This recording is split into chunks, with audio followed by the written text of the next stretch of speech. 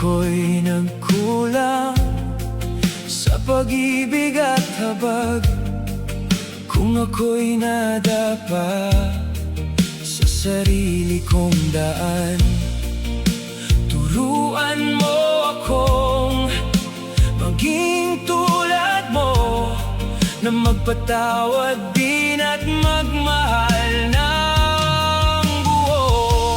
Ikaw pa rin ang Diyos na hindi napapagod. Buksan mo ang puso ko, hubarin mo ang takot. Hawak mo ang buhay ko sa gitna